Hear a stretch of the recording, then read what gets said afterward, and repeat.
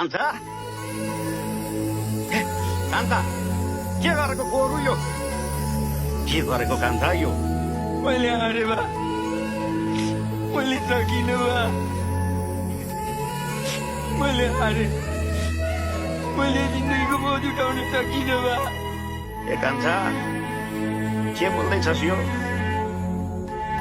तैँले जिन्दगीको बोझ उठाउन सकिनस् भने म यो उमेरमा तेरो लासको बोझ उठाउन सक्छु त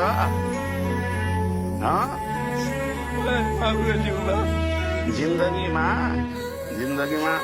आफ्नो शरीर आफ्नो समय बोझ भयो भने विश्राम लिने हो आफूलाई नै सक्ने होइन गोरु के गर्छु बा मेरो जिन्दगीमा चारैतिर अँध्यारो छायो बा व्यवसाय गरे व्यवसाय डुबो मिटरको ब्याजले जहाँ भेट्छु त्यही मार्छु भनेको छ बा यो पटक पटक भन्नुभन्दा म एक्लै चुकी जान्छु बा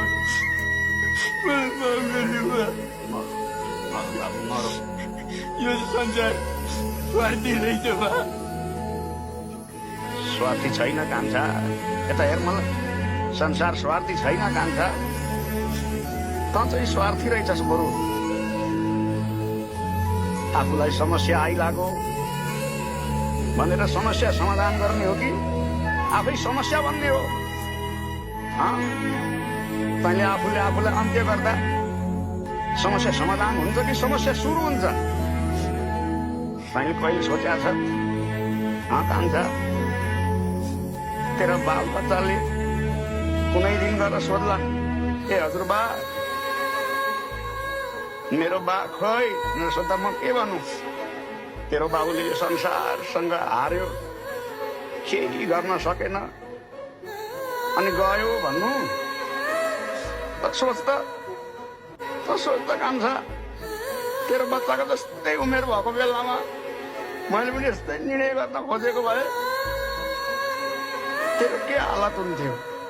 किन अहिले हिम्मत हार्छस् किन हिम्मत हार्छस् तैँले किन हिम्मत हार्छस् कान्छा यस्तो बेला